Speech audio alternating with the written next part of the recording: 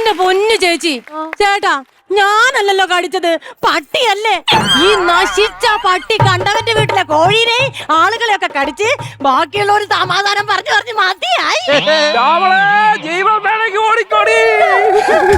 നമ്മുടെ പട്ടി ഇന്നലെ പോയി കടിച്ചതേ ആ കൂട്ടം കൊണ്ടുള്ള ചന്തിക്കാണ്. അയാൾ ഇപ്പൊ വരും എന്നെ കടിക്കാൻ. നിന്റെ ഭർത്താവിനെ ഉയിരോടെ വേണമെങ്കിൽ അയാൾ വരുമ്പോ ഞാൻ ഇവിടെ ഇല്ല എന്ന് പറയട്ടാ. അപ്പൊ ഞാൻ ഇവിടെ നിന്ന് ആര് പറയും? നിന്റെ അച്ഛൻ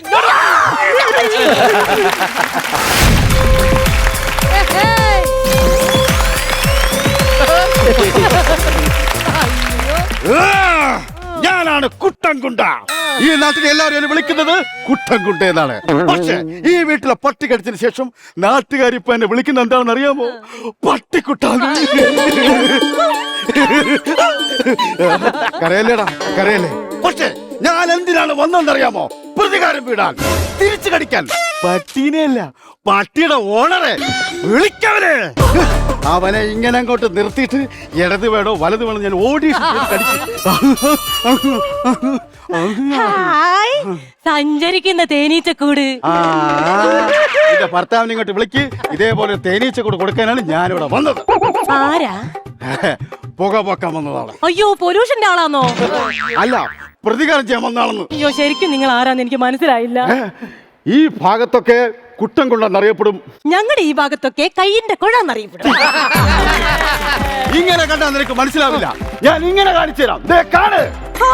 സൂപ്പർ അത്തപ്പൂക്കളം. ഇത് അത്തപ്പൂക്കളമല്ല, നിങ്ങളിവിടുത്തെ പട്ടി കടിച്ചിട്ട് ചുറ്റും ഇഞ്ചക്ഷൻ എടുത്താണ് എന്റെ പൊക്കിളാണിത്. വിളിച്ചിറക്ക്. വരുമെന്നറിയില്ല. പൊക്കിളേ വാ, പൊക്കിളേ വാ. പൊക്കിളല്ല, നിന്റെ ഭർത്താവിനെ വിളിച്ചിറക്ക്. വിളിക്കവനെ, വിളിക്കവനെ. അയ്യോ ചേട്ടാ, ഇങ്ങനെ ആക്കല്ലേ. ഒരു ഗുണ്ടയായ എന്റെ അടുത്ത് നീ ആജ്ഞാപിക്കുന്നോടി. ചിലപ്പോ ഇങ്ങനെ ആക്കും, ഞാൻ ഇങ്ങനെ ആക്കും, ഇങ്ങനെ ആക്കും. അതൊക്കെ നീ ആരടി? എനിക്ക് ആരും അല്ല. എന്റെ പട്ടിക്ക് ഇങ്ങനെ ആക്കുന്നത് ഭയങ്കര വന്ന് കടിക്കും. തന്നെ അപ്പൊ പുല്ലിത് വേണ്ട, പോട്ട്.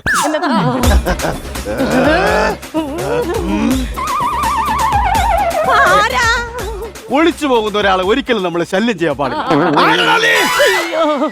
അപ്പുറത്തെ വീട്ടിലെ ഭർത്താവ്. അപ്പുറത്തെ ഭർത്താവ് ഇപ്പുറത്തെ കാര്യം. അയ്യോ, ഏതോ ഒരു ഭർത്താവ്. ഭർത്താവുണ്ട്. അല്ല, ആട് ജീവിതത്തിലെ പൃഥ്വിരാജിന്റെ ഫിഗർ ചെയ്യാൻ പോകുന്ന ആളാണ്.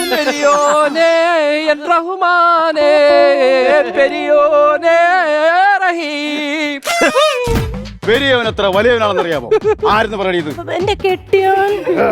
നിനക്ക് നീ ആട് ജീവിതമല്ലടാ, പട്ടി ജീവിതമാണോ? ചേട്ടാ, ഒരു കയ്യബദ്ധം. കയ്യബദ്ധമല്ലടാ, വാബദ്ധം.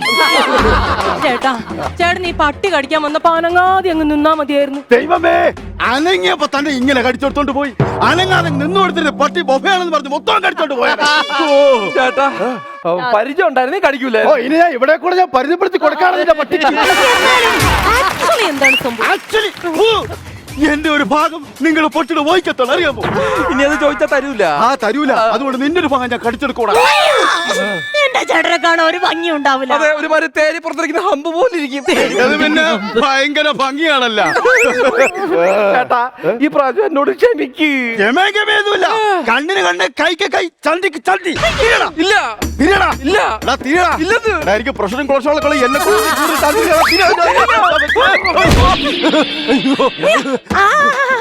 അത് കുടിക്കല്ലേ, അത് കുടിക്കല്ലേ. അത് ഞാൻ ടൂറ് പോയപ്പോ കൊണ്ടുവന്ന കടൽ വെള്ളം. കടലുള്ള കുടിക്കണ്ട. കടൽ വെള്ളം അല്ല, അല്ല. എങ്കിലത് തെര കാണൂലേ. എന്താ കൊട്ടൻ ചുക്കാതി ഇരുന്ന? കൊട്ടൻ ചുക്കയിലെ കുട്ടൻകുട്ട, കുട്ടൻ കൊണ്ട് ഇവിടെ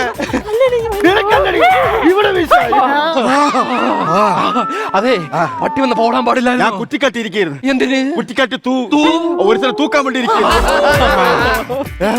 ഈ കുറ്റിക്കാട്ടിൽ എന്തിന് പോയി? അതെ, ഹരിതകർമ്മസേനയ്ക്ക് വേണ്ടി മറ്റേ പ്ലാസ്റ്റിക് ഓർക്കാൻ വേണ്ടി പോയത്. ചേട്ടാ, ഞങ്ങളെ പട്ടി എന്തിനാ പ്ലാസ്റ്റിക് വെറുക്കാൻ പോയേ?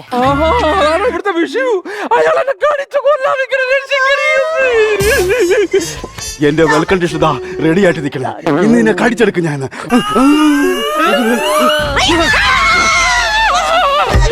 ഉണ്ടായിരടാ. കടിക്കല്ലേ, ഭയങ്കര വേദനയായിരിക്കും. എടാ ഒരു ഉറുമ്പടിക്കുന്ന വേദനയുള്ളടാ. ഒരു ഷേപ്പും കാണൂല. ഈ ചെറുക്ക സമ്മതിക്കില്ലല്ലോ. നീ ഒരു കാര്യം ചെയ്യും, പേന ഇട്ട് ഇവിടെ ഒരു ഷേപ്പ് വരച്ച് ഞാൻ അതുപോലെ കടിക്കും. ടെൻഷൻ അടിച്ചിട്ട് മാറിപ്പോയതാ, കടിക്കില്ലട്ടാ. ഓ അത് ശരി. അപ്പോ ബേബി ഓയാ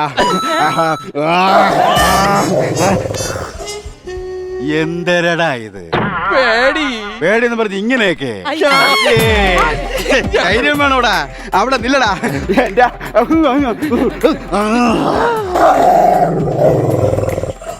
ആരടാ അത്? ചേട്ടാ, അത് ചേട്ടനല്ല, ചേട്ടനെ കടിച്ച പട്ടിയില്ലേ, ദോണ്ട തൊടലും പൊട്ടിച്ച് വന്ന് നിക്കുന്നു. പരിചയത്തിനെ കണ്ട പട്ടി കടിക്കും. ഒരു പ്രശ്നമില്ല, നമ്മൾ തമ്മിലുള്ള പ്രശ്നങ്ങളെല്ലാം തീർത്തിരിക്കുന്നു. അപ്പൊ എല്ലാം പറഞ്ഞതുപോലെ ഓടിച്ചിട്ട് പട്ടി കടിക്കും. അപ്പൊ ഇനി എന്ത് ചെയ്യും? ക്ലൈമാക്സ് അല്ലേ, അനങ്ങാതെ നിക്കാം.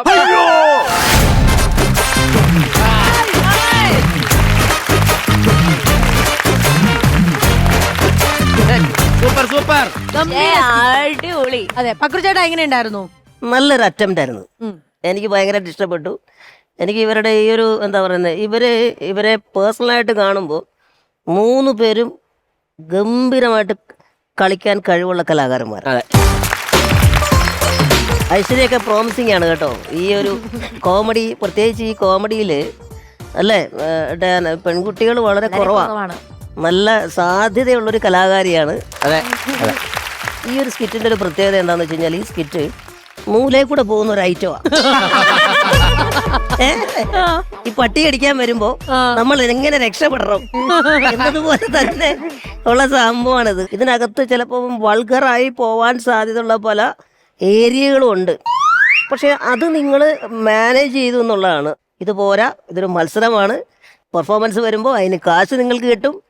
നല്ല രീതിയിൽ തന്നെ നിങ്ങൾക്ക് അതിൽ അച്ചീവ് ചെയ്യാൻ പറ്റുന്ന കഴിവുള്ള കലാകാരന്മാരും കലാകാരിയാണ്. അതുകൊണ്ട് സ്കിറ്റ് സെലക്ട് ചെയ്യുമ്പോൾ ഒന്നുകൂടെ ഒന്ന് ശ്രദ്ധിക്കണം. നിങ്ങൾക്ക് കുറച്ചുകൂടി കോൺഫിഡൻസ് ഉള്ള സാധനങ്ങളും കൊണ്ട് വന്നാൽ കൂടുതൽ പൈസയും കൊണ്ട് നിങ്ങൾക്ക് പോകാൻ പറ്റും. Okay super, thank you. ഞങ്ങളെ ഈ ഐഷ ഞങ്ങളുടെ ഇവിടുത്തെ ഒരു സ്റ്റാർ തന്നെയാട്ടോ. ഐഷ എപ്പോ പെർഫോമൻസ് ചെയ്യാൻ വരുമ്പോഴും അല്ലെ, നമ്മളെപ്പോഴും ഐശ്വര്യനെ പറ്റി പറയാറുണ്ട്. അത് മാത്രമല്ല, ഐശ്വര്യ കറക്റ്റ് സമയത്ത് കൊടുക്കുന്ന എക്സ്പ്രഷൻസ്, ഈ വർഷങ്ങളായിട്ട് മിമിക്രി സ്കിറ്റ് കളിച്ച് നിൽക്കുന്ന ചില സാധനങ്ങൾ ഇവിടെ ഐശ്വര്യ എല്ലാ സെക്കൻഡിലും ഓരോ ആക്ഷൻ ഇടുന്നുണ്ട്. മറ്റേ ഈ സാധനം ഐഷ ഇങ്ങനെയൊക്കെ ഇട്ടോ താഴെ നിൽക്കുമ്പോ ഈ ഐശ്വര്യനെ ഒരു കുഞ്ഞു വെച്ചു വന്നിന്നെ അമ്മ എന്ന് വിളിച്ചു പോയപ്പോ ഐശ്വര്യ പെട്ടെന്ന് എന്ന് പറഞ്ഞ് ഇങ്ങോട്ടേക്ക് വരുന്നു. താങ്കളുടെ കല്യാണം കഴിഞ്ഞാണോ? പോടാ, സത്യമായിട്ടും ആണ്. എത്ര വയസ്സുണ്ട് കുഞ്ഞിന്? കുഞ്ഞിന് ഇളയ കൊച്ചിന് 5 വയസ്സ്. യു മീൻ ഇളയ കൊച്ചെന്ന് പറയുമ്പോ ഇനി ഒരാള്? Oh my God, 2 kids? 10ാം ക്ലാസ്സിലോട്ടാ. മോളല്ലേ? വന്ന് മോളെ.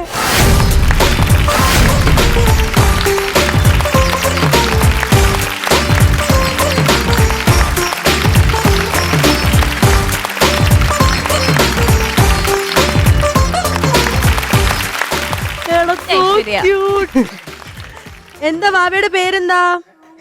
മൈക്ക് പറയാവോ പേര്? ആത്മിയ എന്നാണോ? ആൻമിയ. ഏത് ക്ലാസ്സിലാ?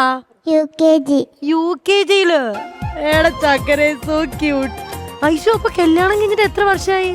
14 വർഷമായി. 14 വർഷം. ഇത് ഏത് ക്ലാസ്സിൽ പഠിക്കുമ്പോഴായിരുന്നു കല്യാണം കഴിഞ്ഞത്? വരെ ട്യൂഷൻ ക്ലാസ്സിലും പോയാണോ കല്യാണം കഴിഞ്ഞത്? അല്ല, ആരും കൈപ്പിച്ച് വിട്ടതല്ല. ഞാൻ സ്വന്തമായിട്ട് അങ്ങ് ചാടിയതായിരുന്നു. നേരത്തെ ചാടിപ്പോയി. നേരത്തെ ചാടി. സ്ഥലം എവിടെയാ മോളെ? കോഴിക്കോട്. വീട്ടിലപ്പോ ആരൊക്കെയുണ്ട്? വീട്ടിലിപ്പം എന്റെ 2 മക്കള്, അമ്മേന്റെ ഒരു സഹോദരിയാണ് എന്റെ മക്കളെ നോക്കുന്നത്. എന്റെ അമ്മയും ബ്രദറും ഒക്കെ അങ്ങ് ഗൾഫിലാണുള്ളത്. ബ്രദറിന്റെ ഫാമിലിയൊക്കെ എല്ലാരും എബ്രോഡാണ്. ഹസ്ബൻഡ് കുറച്ചു കാലം മുന്നേ എന്റെ കൂടെ ഉണ്ടായിരുന്നു. ഇപ്പൊ ചെറിയൊരു സൗന്ദര്യപ്പണക്കത്തിന് പേര് ഞങ്ങൾ സെപ്പറേറ്റ് ആയിട്ട് നിൽക്കുകയാണ്. പിന്നെ അമ്മയാണ് കൂടുതലായിട്ട് എന്നെ സപ്പോർട്ട് ചെയ്തതും. ഈ ഫീൽഡിൽ ഇപ്പൊ ഞാൻ ഇന്നിങ്ങനെ വന്ന് നിൽക്കുന്നത് എൻ്റെ അമ്മയും എൻ്റെ ഏട്ടനും ഉള്ളത് കൊണ്ടാണ്.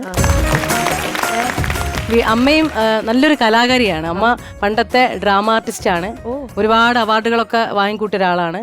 അപ്പോൾ അച്ഛൻ കലാകാരനാണ്. അപ്പൊ അങ്ങനെയായിരിക്കും എനിക്ക് ചിലപ്പോൾ എന്തെങ്കിലുമൊക്കെ കിട്ടിയിട്ടുണ്ടാവുക. തീർച്ചയായിട്ടും. അപ്പൊ ആ സമയത്ത് ഞങ്ങൾ ചെറിയ സമയത്ത് ഞാനും എൻ്റെ ഏട്ടനും സ്കൂളിലൊക്കെ പോകുന്ന 1, 2 പഠിക്കുന്ന സമയത്ത് എൻ്റെ അമ്മയും അച്ഛനും കൂടെ ചെറിയൊരു ക്ലാഷ് ഒക്കെ ആയിട്ട് ഇതുപോലെ എന്തൊക്കെയോ പറഞ്ഞ് അവർ സെപ്പറേഷനായി. അപ്പം ഞങ്ങളെ കഷ്ടപ്പെട്ട് നോക്കാൻ വേണ്ടിയിട്ട് ആ സമയത്ത് ശരിക്കും പറയാണ് നല്ലൊരു ഫുഡ് പോലും കഴിക്കാനില്ലാത്തൊരു സമയം ഞങ്ങൾക്ക് ബാക്കോട്ട് ഉണ്ടായിരുന്നു. അപ്പം അമ്മ ആ ഒരു കഷ്ടപ്പാട് കണ്ടിട്ടോ ഞങ്ങളെ അവസ്ഥ കണ്ടിട്ടോ അമ്മ ആദ്യമായിട്ട് ഗൾഫിലേക്കൊക്കെ പോയി. പിന്നെയാണ് ഞങ്ങൾ സത്യം പറയുന്നത് നല്ല ഫുഡൊക്കെ കഴിച്ച് നല്ല ഡ്രസ്സൊക്കെ ഇട്ട് സ്കൂളിലും അവിടെയൊക്കെ പോയിട്ട് വലിയ മെയിനായത്. ഇപ്പം ഞാൻ അമ്മയായതിനു ശേഷമുള്ളൊരു കാര്യം പറയാം. എന്താ വെച്ചാൽ അന്ന് എനിക്ക് അറിയില്ലായിരുന്നു അമ്മ എന്തോരം പെയിന് സഹിച്ചിട്ടുണ്ട് എന്നുള്ളത്. അമ്മ ഞങ്ങളെ കാണാതിരിക്കുമ്പോൾ അമ്മ എത്ര വേദനിച്ചിട്ടുണ്ടാവും എന്നുള്ളത് എനിക്ക് അറിയില്ല. ഞാനൊരു അമ്മയതിനു ശേഷമാണ് മനസ്സിലാകുന്നത്. കാരണം അന്നത്തെ കാലത്തൊക്കെ കത്ത് മാത്രമേ ഉള്ളൂ. അപ്പം അമ്മ അങ്ങനെ കത്ത് എഴുതിയിട്ട് 1 മാസം കഴിഞ്ഞ് നമുക്ക് വീട്ടിൽ കിട്ടാൻ. എന്നിട്ട് അതിനകത്ത് ഇങ്ങനെ താഴെ ഇങ്ങനെ ഉമ്മാന്ന് എഴുതിയിട്ട് പേന കൊണ്ടൊരു റൗണ്ട് വരച്ചിടും. എന്നിട്ട് ഞങ്ങളോട് പറയൂ അവിടെ ഉമ്മ വെക്കാൻ, കത്തുകളിൽ മാത്രം. അപ്പം ഞാൻ എൻ്റെ ചെറിയ പ്രായത്തിലൊക്കെ അമ്മ അച്ഛൻ എന്നൊക്കെ പറയുന്ന ലോങ് ആണ്. നമുക്ക് അടുത്ത് കിട്ടിയിട്ടില്ല, കെട്ടിപ്പിടിച്ച് ഉറങ്ങാനും കിട്ടിയിട്ടില്ല, ഒന്നിനും കിട്ടിയിട്ടില്ല. അപ്പം അങ്ങനെയുള്ളൊരു ചൈൽഡ്ഹുഡായിരുന്നു.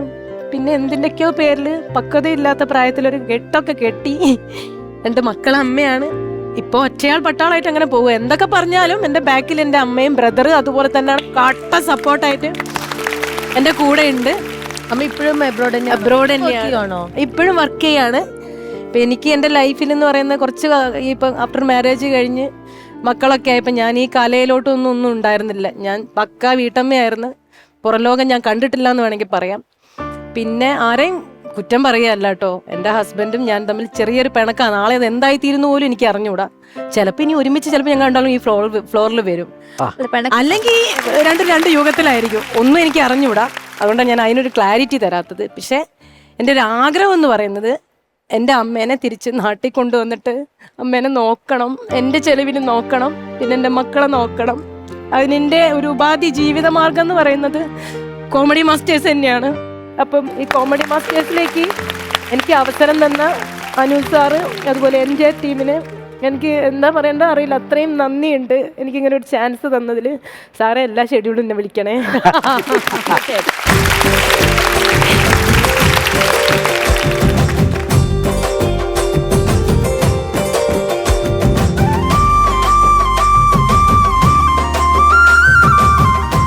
അല്ല ഐശ്വര്യ, ഒരുപാട് കലാകാരന്മാർ, ഈ മികച്ച കലാകാരന്മാർ നമ്മുടെ കേരളത്തിലല്ല ഇന്ത്യയിലെ തന്നെ നല്ല ലോകത്തിലെ തന്നെ മുൻനിരയിൽ നിന്നിട്ടുള്ള പല ആളുകളുടെയും ജീവിതത്തിൽ പുറകോട്ട് ഇത് തുടക്കത്തിലോ അല്ലെങ്കിൽ എപ്പോഴെങ്കിലും ഒക്കെയോ ഇത്തരത്തിലുള്ള ഒരുപാട് സങ്കടങ്ങളിലൂടെ കടന്നു വന്നിട്ടുള്ള ആൾക്കാരാണ്.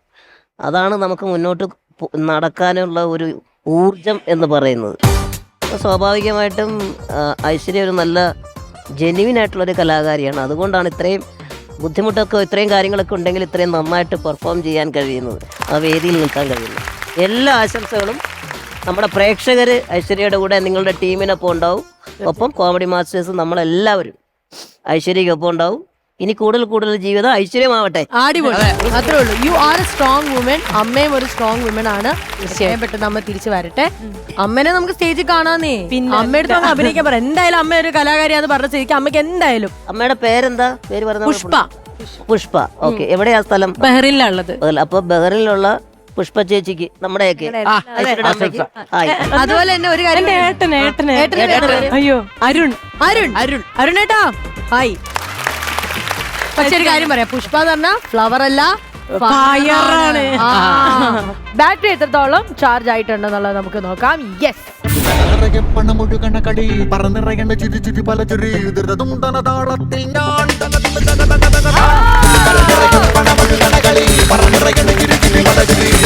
കൺഗ്രാറ്റുലേഷൻസ്. 26,000 ആണ് നിങ്ങൾ നേടിയിരിക്കുന്നത്. ടെൻഷൻ വേണ്ട, ആ പൈസ കിട്ടും. എന്ന് പറ്റി ഒന്നുമില്ല, ഉറപ്പല്ലേ? അതെ, ഇന്ന് നമ്മുടെ ബാങ്ക് ഓഫ് ബോംബെ ഇല്ല, പകരം ബാങ്ക് ഓഫ് കൊച്ചിയാണ് ഗിന്നസിലും ബാങ്ക് ഉണ്ടോ? കിടക്കട്ടെ, അവരറിയട്ടെ. വന്നു കഴിഞ്ഞു, അയച്ചിട്ടുണ്ട്. പൈസ ക്രെഡിറ്റ് ആയില്ലേ? സന്തോഷായില്ലേ? രാജേഷേടാ ഓക്കെ അല്ലേ? ഓക്കെ ആണ്. എന്നാ നമുക്കൊരു ബ്രേക്ക് എടുത്താലോ? അപ്പൊ അടുത്ത തവണ വരുമ്പം ഗംഭീരമായിട്ട് വരാം. മോളെ, അടുത്ത തവണ പാട്ടും ഡാൻസ് ആയിട്ട് നമുക്ക് കാണാം കേട്ടോ.